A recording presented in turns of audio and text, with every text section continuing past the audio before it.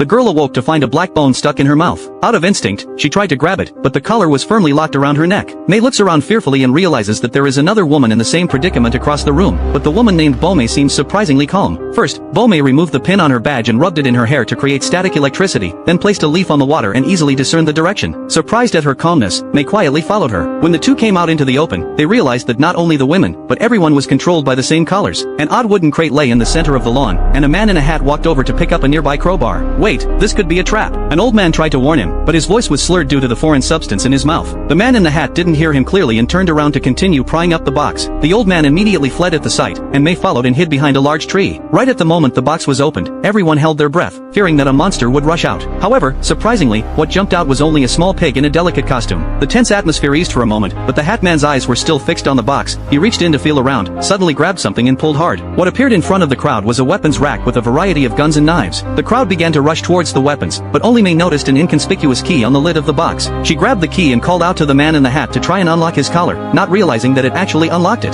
"Thank you," Hatman said excitedly, and then helped May remove the collar as well. The two quickly untied the others, and the crowd began to distribute the weapons. The Hatman walked over to May and sweetly showed her how to use the pistol. Xiaomei had just said thank you when a sudden gunshot broke the brief calm. A bullet flew from a distance and hit Bo Mei's chest.